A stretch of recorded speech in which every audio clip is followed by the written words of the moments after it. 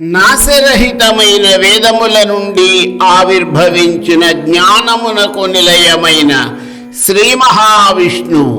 శ్రీ విష్ణు సహస్రనామములకు దివ్యమైన అర్థములు.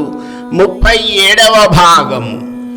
విభు నిత్యం విభుం అన్న మంత్రవాక్యముచే హిరణ్యగర్భుడైన బ్రహ్మ మొదలు సకల రూపములలో గోచరించువాడు, నిత్యుడు, శాశ్వతమైన వాడు, సర్వవ్యాప్తుడై ఉండువాడు, సకల జీవులలో స్థితుడై ఉన్నవాడు, అత్యంత శక్తివంతుడు, స్వయం నియంత్రణాధికారము కలిగిన వాడు అయిన శ్రీ విష్ణు భగవానుని శ్రీ విష్ణు సహస్రనామ స్తోత్రము విభు అన్న నామముతో కీర్తించింది.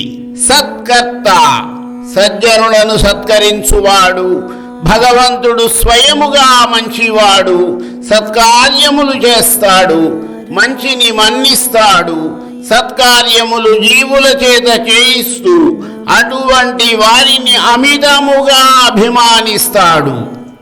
ఎటువంటి క్లేశములు లేనివాడు, జీవులు ఆచరించు కర్మలకు సాక్షిగా ఉండువాడు, దైత్యులను హింసించువాడు, జీవులచే పూజింపబడువాడు అయిన శ్రీమన్నారాయణుని శ్రీ విష్ణు సహస్రనామ స్తోత్రము సత్కర్త అన్న నామముచే కీర్తించింది. సత్కృత మనుష్యులచే తపస్సులచే పూజింపబడువారు దేవతలు. అటువంటి పూజ్యులచే పూజింపబడువాడు, సత్కర్మలను ఆచరించడములో ఆసక్తి కలిగిన వాడు, సత్కర్మలను ఆచరించే వారిని కరుణతో అనుగ్రహించువాడు అయిన శ్రీ విష్ణు భగవానుని శ్రీ విష్ణు సహస్రనామము సత్కృత అన్న నామముచే స్తుతించినది. సాధు ధర్మ ప్రవర్తన కలవాడు, న్యాయ ప్రవృత్తి కలవాడు, సాధ్య విశేషములను సాధించువాడు, ఉపాదాన కారణమగుటచే సాధ్య సాధకుడైన వాడు, న్యాయ ప్రవృత్తి కలవాడు, పరకార్యములను సాధించువాడు అయిన శ్రీ విష్ణు భగవానుని శ్రీ విష్ణు సహస్రనామ స్తోత్రము సాధు అన్న నామముతో కీర్తించినది.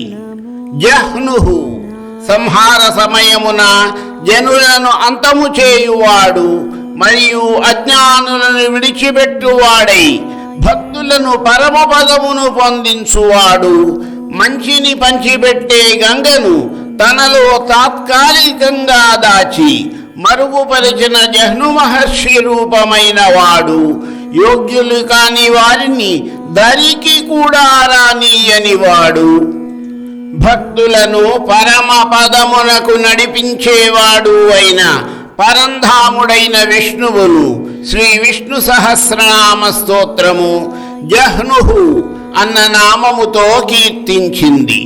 నారాయణ నరులకు ఆశ్రయమైన వాడు, నారా అన్న పదమునకు దోషములు లేనివాడు అన్న అర్థము ఉండుటచే సర్వదోషములు తనను అంటనివాడు, అటువంటి దోషములతో నిండిన వారికి అందనంత దూరములో ఉండువాడు, నాశరహితమైన దోషరహితమైన వేదముల నుండి ఆవిర్భవించిన జ్ఞానమునకు నిలయమైన వాడు, అటువంటి వేదముల చేత ప్రతిపాదింపబడినవాడు, ఆ వేదముల గమ్యమే తానైన వాడు. నారము అన్న శబ్దమునకు జనుల యొక్క సమూహము అన్న అర్థము కూడా ఉండుటచే అటువంటి జన సమూహముచే కీర్తింపబడువాడు. నారములు అన్న పదమునకు జలములు అన్న అర్థము కూడా ఉండుటచే ఆ పరంధామును నుండి జన్మించిన జలములన్నీ తన అధీనములుగా కలిగినవాడు, ఆ జలము తనకు నివాస స్థానమైన వాడు అయిన శ్రీమన్నారాయణుని శ్రీ విష్ణు సహస్రనామ స్తోత్రము నారాయణ అన్న నామముచే కీర్తించింది.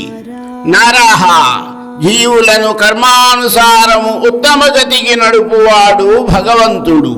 మంచికి మమకారానికి గిట్టనప్పుడు కొంతకాలము మంచిని దాచటము వలన మమకారము కూడా మంచిగా మారుతుంది. నరుడు నారాయణుడవుతాడు. నరునిలోని మమకారం క్రమముగా నారాయణునిలోని మంచిని గ్రహిస్తుంది. ఇది నర నారాయణ సమీకరణం.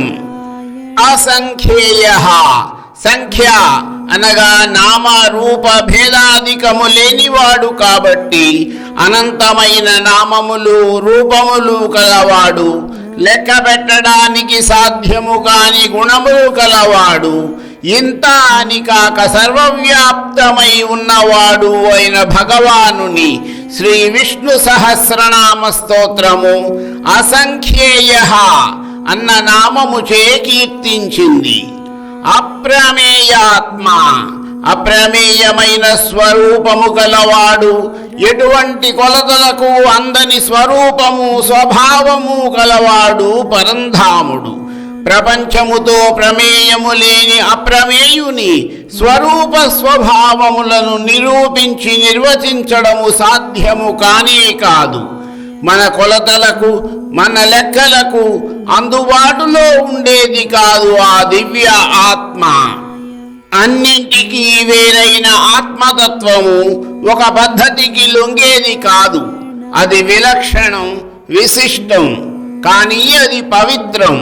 అన్నింటికీ అంటని వస్తువే సామాన్యముగా పవిత్రముగా ఉంటుంది.